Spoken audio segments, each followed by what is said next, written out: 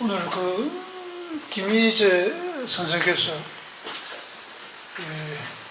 그저께 저한테 전화를 해서 참석을 하지 않겠느냐, 참석하겠다고 했지만 조금 있다가 또 전화가 와서 발표를 하나 해달라 그렇게 말씀을 하셔서 제가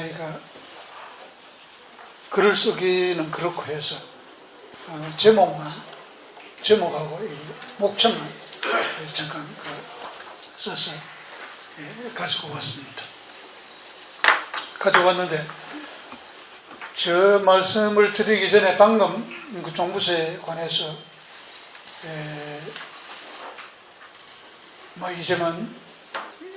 이재만 씨라고 그랬죠?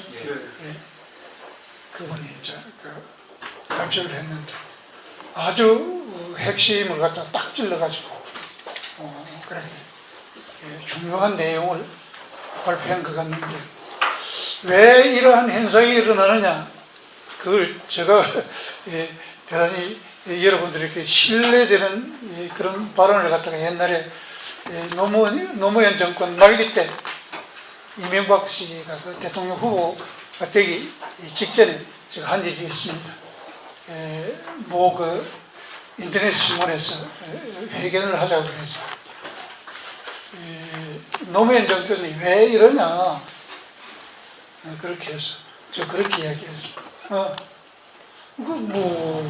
그거 알지 않느냐 이랬지만 뭐냐고 그랬어.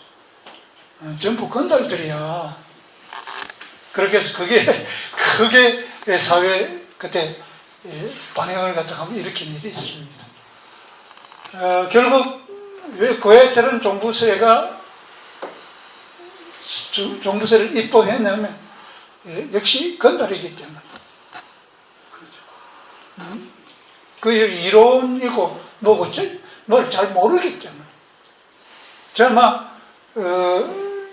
잘못 우리가 이해를 하면 저 사람들이 굉장히 사람이 심정이 악해가지고 누구를 잡아 넣으려고 이렇게 해서 악을 이렇게 부리려고 이렇게 해서 악감정을 이렇게 드러내려고 해서 그런 게 아니고 무식하면 저렇게 되는 거예요.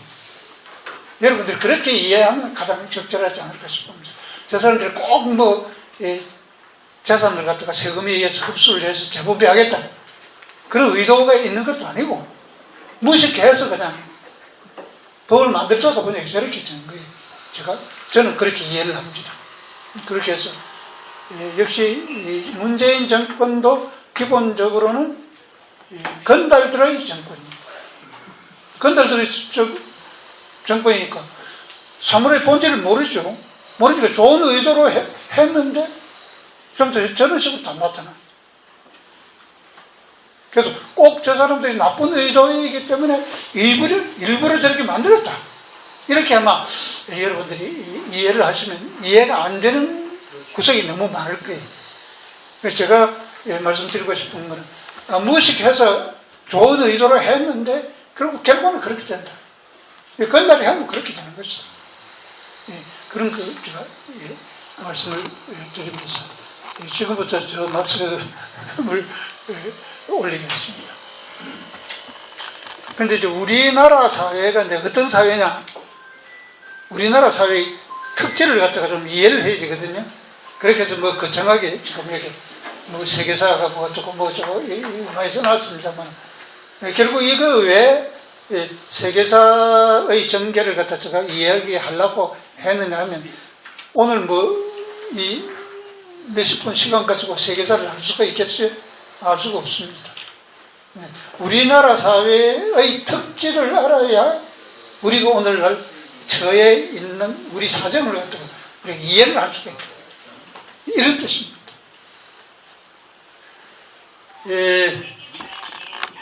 세계적 근데 자본주의 발달사를 이렇게 보면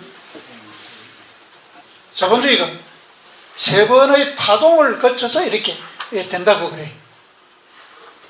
제가 여기 설명하는 세 번의 파동을 말씀드리는 게 중요한 게 아니고 이 파동에 의해서 세계사가 굉장히 급속하게 세계사의 구조가 바뀌어갔다. 이걸 제가 말씀드리려고 합니다. 16세기 중엽에 영국에서 최초로 자본주의가 탄생을 했습니다. 그럴 때는 자기의 힘으로 내재적 발전,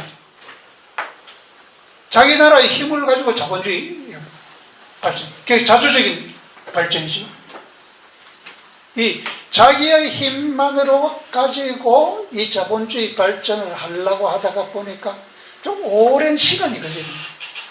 16세기 중엽에 대서양 한 구석에서 자본주의가 출현을 했는데 그것이 산업혁명이 일어나기까지 1820년대에 산업혁명이 일어납니다. 영국 산업혁명이 일어납니다. 그럼 시간이 얼마나 걸렸습니까?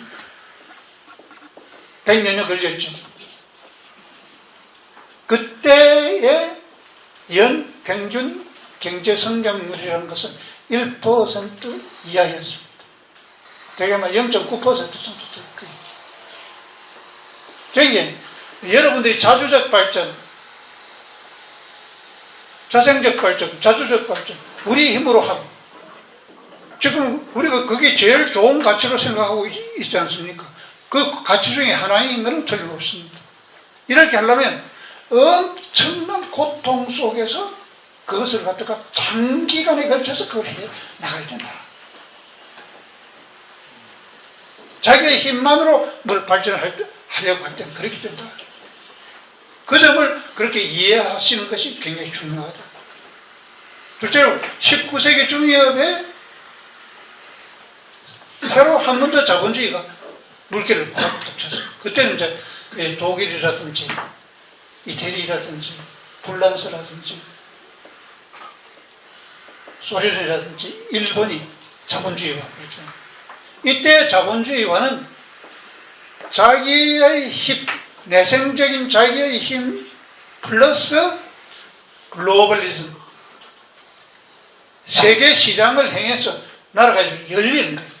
이 글로벌한, 세계가 19세기 중엽에 와서 이제 글로벌화 되어가지고 독립적인 국가만 가지고 세계가 움직여 나간다. 이렇게 생각하면 되는 거예요.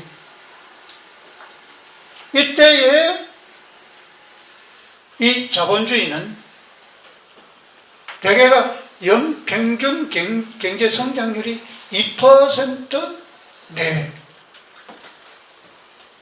그렇게 되면 1%보다 그 2%면 성장 속도 어떻습니까? 2배로 빠르지 않습니까? 그런데 그게 이제 글로벌리즘의 빠르게 되는 게 이게 글로벌리즘의 효과거든요.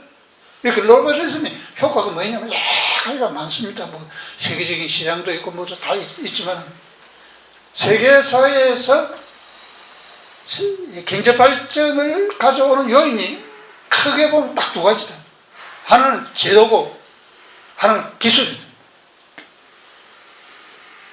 글로벌리즘에 의해서 선진 자본주의에 축적되어 있는 좋은 제도와 기술이 물밀듯이 국내를 향해서 들어오는 거예요. 그러니까 성장 요인이 외부로서 들어오는 거예요. 그러니까 이게 경제 성장률이 1%의 선진국이었으니 1%에 불과하던 게 2%로 확 뛰는 거예요. 그런데 20세기 중반에 또 자본주의가 활각 하면 또 물결을 쳤습니다. 그게 이제 20세기 중반에 닉스라는 국가, 동아시아 4개국과 뭐 서구 3개국, 뭐 남미 몇 개국 이렇게 해서 13개국이 이 자본주의 국가를 이렇게 팍 진입을 합니다. 이렇게 할 때에는 자본주의 발전의 자생적인 발전 측면이라는 것은 거의 없었습니다. 없었다고 해도 봐도 괜찮습니다. 이때 저개발국이라는 것은 자본주의로 들어오기 이전에 선진국에 의해서 식민지, 국가이거나 종속국이거나 그런 상태에 있는 국가들이, 이런 국가가 자주 독립을 했을 때 거의 이제 글로벌리즘의 힘으로 발전을 합니다. 완전히 개방된 상태에서 합니다. 여기에서 비로소 세계사에서 여태까지 있어 보지 않았던 고도경제 성장이라는 현상이 나타납니다. 그 이전에는 고도경제 성장이라는 거 없었습니다. 되게 세계사가 전근대사회에서는 대체로 발전하다가 말다가 0.1%, 0.2% 거기서 왔다 갔다 하다가 안 그러면 마이너스도 되고 이랬거든요. 자본주의로 들어와서 겨우 1% 하다가 그 다음에 19세기에 와서 2% 하다가 그 다음에 20세기 중반에 와서 5% 내지 10% 이렇게 하니까 그럼 어떻게 됩니까? 세계사에서 선진 자본주의가 400년간 하던 거고요. 글로벌리즘은 여기는 5배 내지 10배로 빠르게 가지 않습니까? 50년 내지 100년 만에 그냥 선진국에 확 진입을 했다. 한국이 뭐가 있다고 해서 그렇게 빠르게 선진국으로 들어갔겠어. 그래서 그거를 이제 한국이라는 국가가 어떻게 건설이 됐냐, 그걸 여러분들이 보면 금방 상식적으로 알게 돼 있어. 대한민국이라는 국가가 어떻습니까? 지 힘으로 국가가 됐습니까? 유엔이 만들어준 국가잖아요. 그렇지 않습니까? 그리고 근대적인 국가가 될 수 있는 조건은 일제시대 조금 식민지 통치하면서 조금 됐어요. 그래서 여러분들이 지금 일제시대 이야기를 하면 이를 갈고 말이야, 죽일 놈들 말이야, 이렇게만 이야기하지, 일제시대 무슨 변화가 일어난지 아무도 모르고, 사실상 한국에 말이에요. 여러분들 다 알고 계시지 않습니까? 철도, 전신 말이야, 항만, 도시, 은행, 언제 다 만들어졌습니까? 일제시대 만들어졌잖아요. 저도 식민지 지배를 갖다가 제가 식민지 민족주의 한 사람인데 그걸 찬성하겠습니까? 찬성하지 않지만 식민지 시대에 그런 변화가 일어났다는 것을 안 보면 전혀 사회를 제대로 못 보는 거예요. 그 있는 사실은 사실대로 봐야 되는 거예요. 그래서 일본이 이 토지조사사업이라든지 뭐라든지 사유재산 조사라든지 뭐라든지 이게 전부 다 일제시대로 다 됐습니다. 우리나라 국세청이라든지 세제라든지 그거 전부 다 일제시대 다 기초는 다 되어 있습니다. 그런데 그 토대 위에 유엔이 와서 근대국가 만들어 봐라 이렇게 할 때 그때 대통령이 마침 된 사람이 이승만 대통령이 그때 자유민주주의 국가고 시장경제가 뭐고 하는 걸 아는 사람은 이승만이 삐뿌이다. 다른 거는 전부 까먹는다. 요새 김구가 어떻게 이렇게 하잖아요. 김구 선생이, 그렇다고 해서 김구 선생 존경하지 않는 거 아닙니다. 그 어려운 조건 속에서 목숨을 바쳐서 독립운동을 한 사람인데, 김구 선생은 우리가 말이요, 나쁘게 이야기해서 어떻게 되겠어? 그거는 그거고, 그것도 가치가 있어요. 없는 게 아니에요. 그래, 이승만 대통령이 말이야, 아무런 말이야, 객관적인 물질적 조건도 없는데, 여기서 자유민주주의를 하려고 보니까, 이승만 대통령이 이제 미국에서 40년 살았잖아요. 그러니까 자유민주주의가 뭐라는 걸 아는 사람은 이승만 대통령이 뿐인 게. 그러니까, 일제시대 교육받은 지식인을 안 써가지고 한국의 근대사회를 어떻게 만들겠습니까? 이승만 대통령이 혼자서 근대사회를 만드나요? 근대사회를 만드는 국민들이 근대사회를 같이 만들어가는 거잖아요. 일제시대 교육받은 사람 안 쓰고 누구하고 같이, 저 농민들하고 그러면 뭐 산쪽 데리다가 이렇게 하면 되겠습니까? 만주골판에 뛰어다니던 마적 비슷한 사람들하고 이거 되겠습니까? 안 되거든. 그 중에 예를 들면 친일파도 좀 쓰고 했겠죠. 그래서 이승만 대통령이 일제시대 잘하는 사람들하고 같이 손을 잡고 만들었다. 당연한 거예요. 그렇게 안 하면 안 돼요. 그런데 마침 이승만 대통령이 예를 들면 정권을 잡아가지고 하는데 6.25 사변이 탁 터져버렸어. 자기가 이제 자유민주주의라는 헌법을 만들어가지고 통치를 하려고 하다가 보니까 자유민주주의가 6.25 사변이 탁 터져버린 거예요. 6.25 사변이라는 것은 얼마나 처참합니까? 200만 우리나라 동포들이 그 속에서 다 죽었잖아요. 그럼에도 불구하고 남북공이 이 한국 반도에서 근대 국가가 창출되는 계기가 바로 6.25 사변입니다. 6.25 사변에 의해서 우리나라의 군대가 얼마나 됐습니까? 70만 군대가 창출해졌잖아요. 북쪽은 노동자유대하고 해서 150만인가 그렇게 됐죠. 그래서 여러분들이 근대 국가를 창출하는 2대 조건이, 첫째는 국민군의 청산. 국민군이 있어야 근대 국가가 되는 거예요. 둘째는 재정 자립. 딱 이 두 가지. 국민군과 재정 자립이 되면 그건 군대 국가가 되는 거예요. 그런데 우리 70만 국민군이 우리가 세금 내서 그 됐습니까? 미국 원조물자까지 된 거지 않습니까?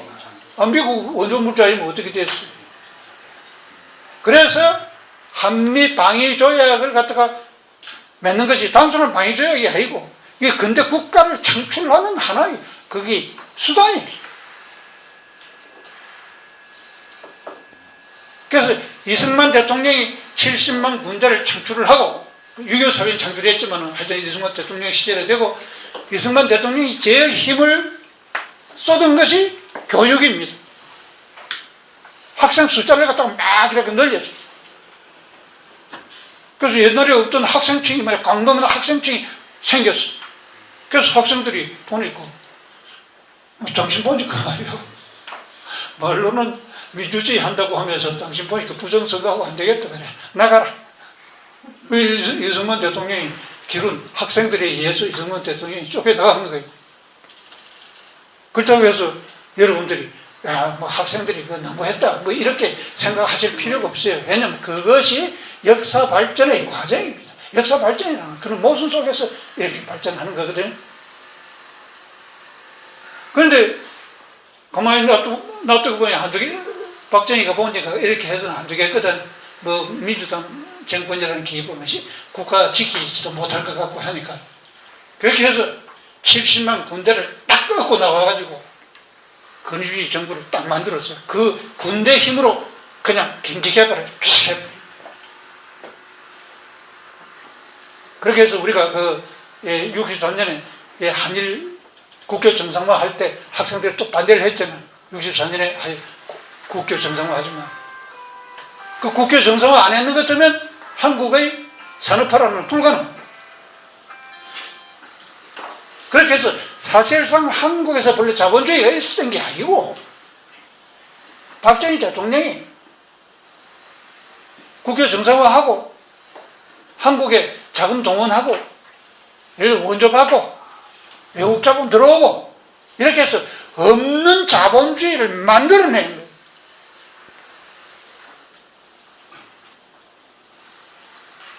거예요. 본래 한국에 자본주의 있었던 게 아니에요. 없는 자본주의를 박정희 대통령이 만들어내려고 하니까 얼마나 무리를 했겠어. 보통 무리를 낸 게 아니지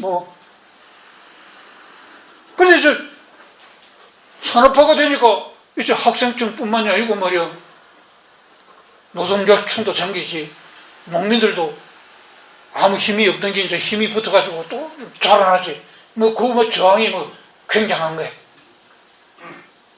그렇게 해서 산업화에 의해서 재정 자립을 달성을 했다. 이승만 대통령이 상비군을 만들고 박정희 대통령이 재정 자립을 하고, 그때 그 과정에서 기루어진 학생과 노동자와 농민의 힘으로 권위주의 정부가 탁청산이 되었거든요.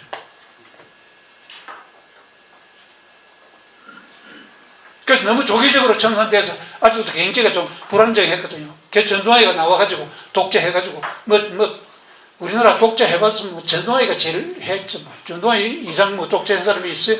하여튼 전두환이가 7년간 하면서 경제를 완전히 안정화시켰어요. 그래서 민주주의를 할 수 있는 기반이 생겨버린 거예요. 그래서 노태우가 민주화 선언을 했지만 실제로 전두환의 작품이거든요. 거기에서 민주화를 달성하는 데는 한쪽에서는 사회 경제적인 조건이 있어야 됐지만 한쪽은 민주화를 추진하는 주체가 있어야 됐잖아요. 그때 민정당이가 그 사람들이 민주화 하겠어요? 결국 학생층, 노동자층 이런 사람들이 와서 확 디베이트를 거예요.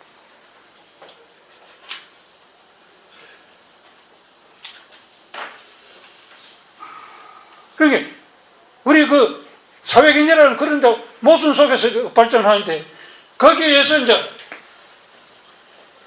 민주주의가 달성되잖아요.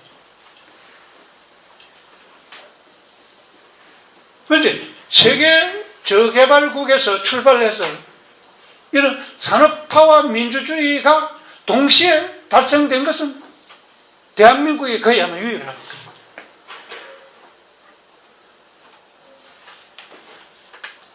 굉장히 이제 모순 속에서 되지만은 이게 엄청난 그거나 중요하다고 생각합니다. 왜 그러냐면 그 산업화도 민주주의도 거기 외국하고 개방 체제에서 됐지만은 됐는데 그 이제 조건은 기본적으로 이 한국이 이제 개방 체제를 유지했기 때문에 이제 되는 겁니다. 이 폐쇄 체제, 자립 체제 이거 가지고는 안 돼. 여러분들이 그게 이제 안 되는 건 북쪽 사회를 한번 보세요. 김일성이라는 사람하고 그쪽 지식인들이 남쪽 지식인보다 지식이 모자라서 그거 안 되겠어요. 거기서 능력 있는 사람도 다 많아요. 양심적인 사람도 다 많지만은 눈을 닫아놓으면 그렇게밖에 안 되는 거예요. 이게 아까 내가 이야기한 한국 사회의 특질을 내가 여기서 말씀드린 것은 바로 그런 문제입니다. 글로벌리즘, 개방. 그것이 절대적인 조건. 지금이라도 문 닫으면 이 세계는 거의 암흑세계로 다시 돌아갈 가능성도 있다고 저는 생각하는데, 절대 한국은 문 닫으면 안 돼.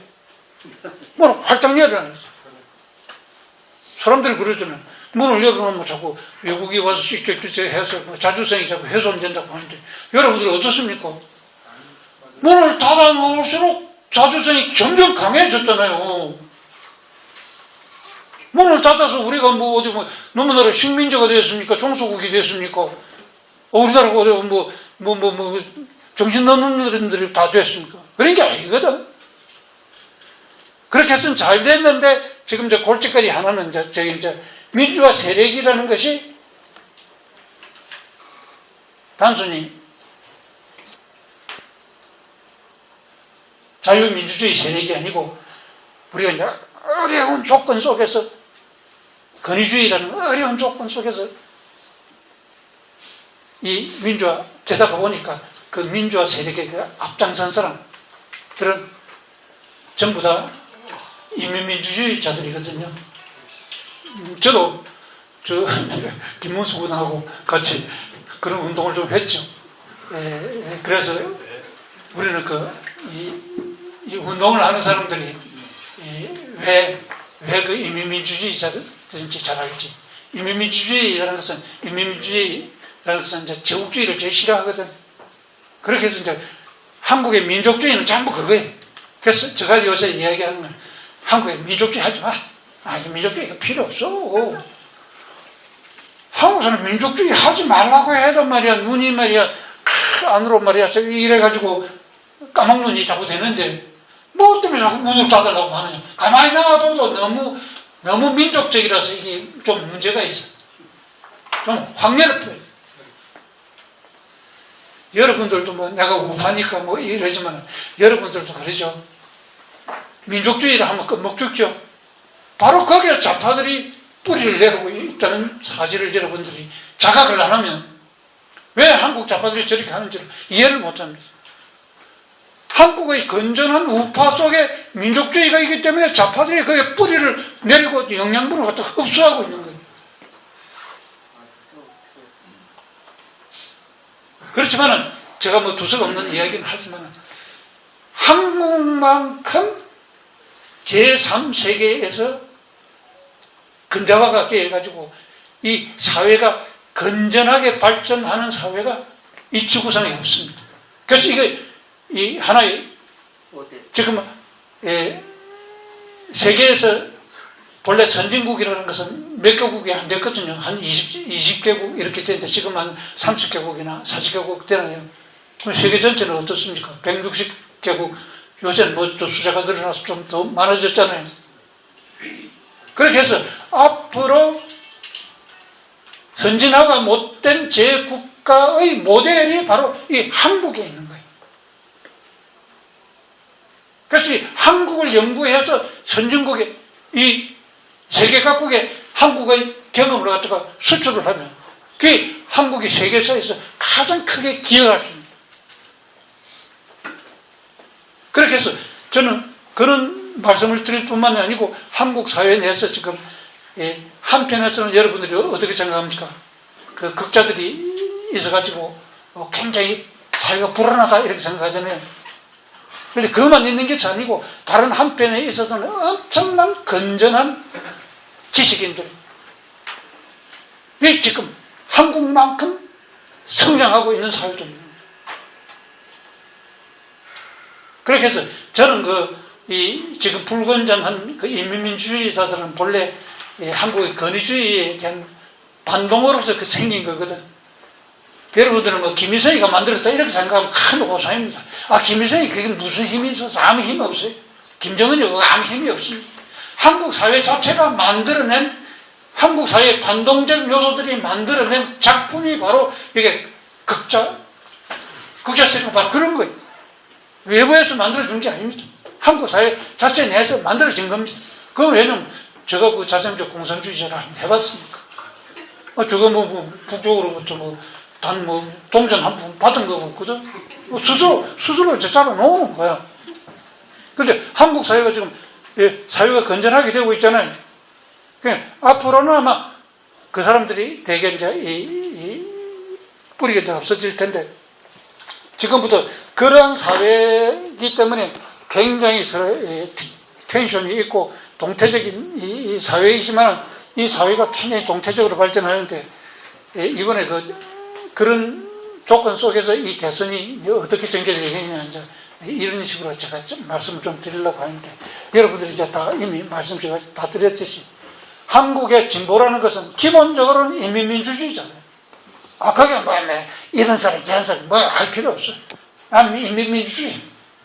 그렇기 때문에 김정은이하고 자꾸 하려고 하지. 안 그러면 뭐 때문에 해? 예를 들면 세계사에서 김정은이나 김일성이 같은 저런 악돌이가 말이야 있어 본 일이 없어. 히틀러도 저런 건 아니야. 히틀러는 저거보다 훨씬 나아. 저기에 비하면 히틀러는 성인. 저거는 말이야 악질 중에 악질. 지민족을 잡아먹어. 히틀러는 지민족을 잡아먹은 거 아니거든. 세계에서 전쟁을 하고 이렇게 했지만 독일을 갖다 부흥시키고 막 이랬거든. 자기 민족이 억압하긴 했지만 북쪽은 어떻습니까? 2천만 동포를 지금 잡아먹고 있는 거야.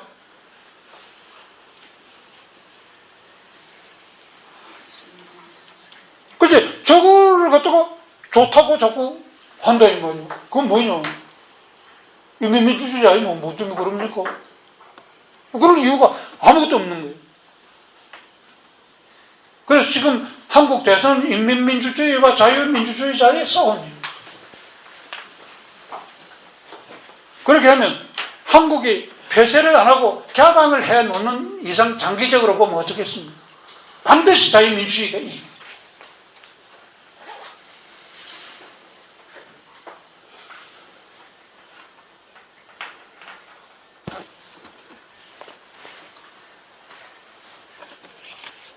둘째는 어떻습니까?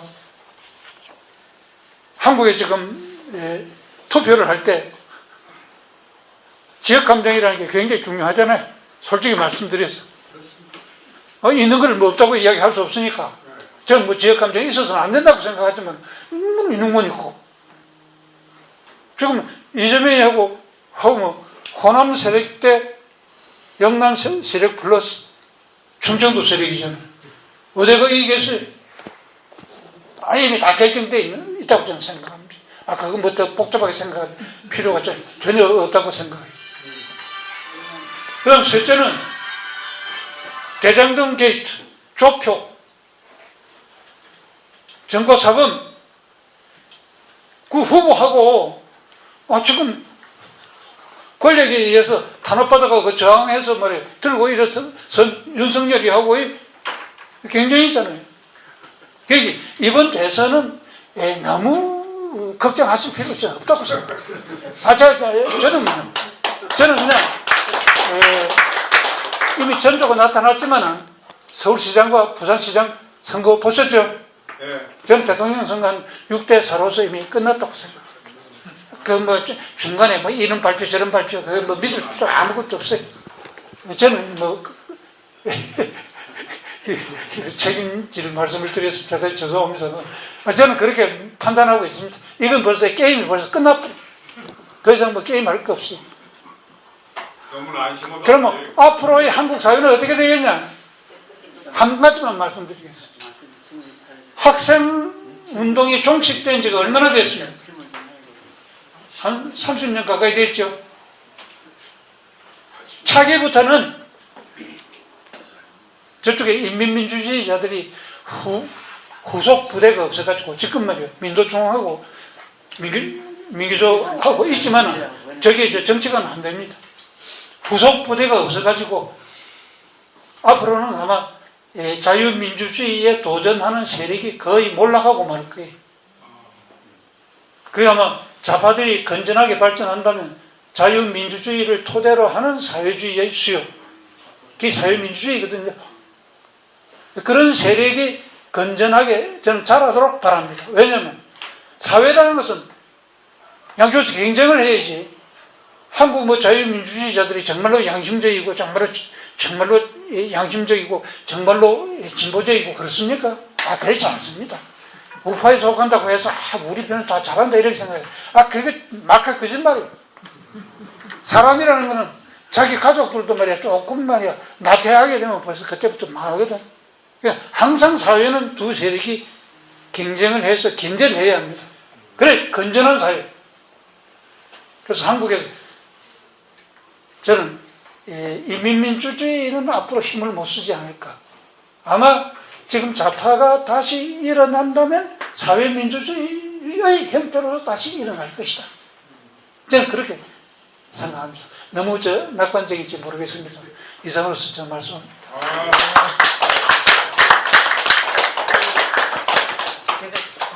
네, 안병기 교수님 감사합니다. 안 교수님께서 이 우리 70년 정치사를 갖다가 잘 말씀해 주셨습니다. 나라가 경제도 잘 돼가고 민주발전도 잘 돼가던 걸 무다히 인민민주주의 하는 자들이 뛰어나와가지고 혼란하게 하고 있습니다. 또 부정부패가 거기에 따르고 있습니다. 그래서 이번 대통령 선거는 인민민주주의와 자유민주주의의 투쟁이고 또 부정부패 세력과 공정하고 깨끗한 세력의 대결이다. 이런 생각을 가져봅니다. 그래서 누가 자유민주주의를 잘 지킬 지도자이면 누가 가장 공정한 사회를 만들 수 있는 지도자인지 그것을 우리가 찾아보면 결론은 뻔할 것이라고 생각을 합니다. 다만 하나 변수, 부정선거가 개입된 분이 엉망진창된 분. 그래서 그 부분에 우리가 신경을 쓰면서 오늘 안명기 교수의 그 좋은 강의 감사합니다. 자, 좀 계시죠. 질문이 또 있어요. 아니 예, 지금 양민재. 우리 교수님께서 우리 후보를 어떤 주의라고 해명을 안 해놨어요. 지금 이재만 그 후보가 우리가 여러 가지 그 유튜브 같은 거 보면은 이재만이 말고 이재명 미안합니다. 이재명 그 후보를 사회주의자라고 얘기하거든요. 그래서 그걸 혹시 아시는지 모르겠고 이재명이가 사회주의라면은 민족주의의 사회주의라고 그러면은 이것은 지금 3번에는 그 일반 조폭이라고는 일반적으로 조폭과 이거 좀 한다는 이 결론은 안 맞는다 생각돼서 이재명이가 곧 사회주의자라고 우리가 부를 수 있느냐 유튜브에 그렇게 나왔습니다. 그래서 저는 그 이재명이 지금 어떤 사상의 인물인지를 우리가 어떻게 교수님이 평가하시는지 우리가 안심할 수가 있는지 예를 들어서 그리고 검찰총장 출신이 저항하다가 쫓겨났다는 것은 조금 표현 안 해주시면 고맙겠습니다. 나는 민족주의자, 사회주의자 그러면 바로 공산당으로 생각을 했거든요. 그렇다면 지금 얘기를 하고 있는 이 사회주의는 그 공산당이 아닙니까? 아주 무식하고도 이상한 질문이 있는데. 예, 좋은 질문을 해줘서 감사합니다. 예, 제가 말씀드릴 건 없고, 이재명이는 수준 이하의 인간이기 때문에 그 사람 사상 여부를 이렇다 저렇다 따져봤자 의미가 없다고 생각해요. 그래서 사상이 깊은 문제를 가지고 질문 하나만 더 드릴게요. 저기 이번 선거는 아마 6대4로 나올 거로 보이는데 이걸로 6대4로 나온 다음에 180석의 민주당하고 윤석열 간의 싸움 내년 총선 때까지 그때 과정은 어떻게 될 것 같아요? 예, 그거 미래 정치가 어떻게 움직일지 제가 어떻게 알 수가 있겠습니까? 예, 그건 제가 어떻게 되겠다는 것은 제가 예측을 할 수가 없고, 제가 정계에 있는 것도 아니고, 바라건대는, 윤석열이가 압도적으로 이겨가지고, 민주당이 해체가 되어서 정계 자체가 재편성 되는 것이 가장 바람직하지 않을까. 자, 코멘트는 질문하시고. 예, 그럼 끝내겠습니다. 감사합니다. 예.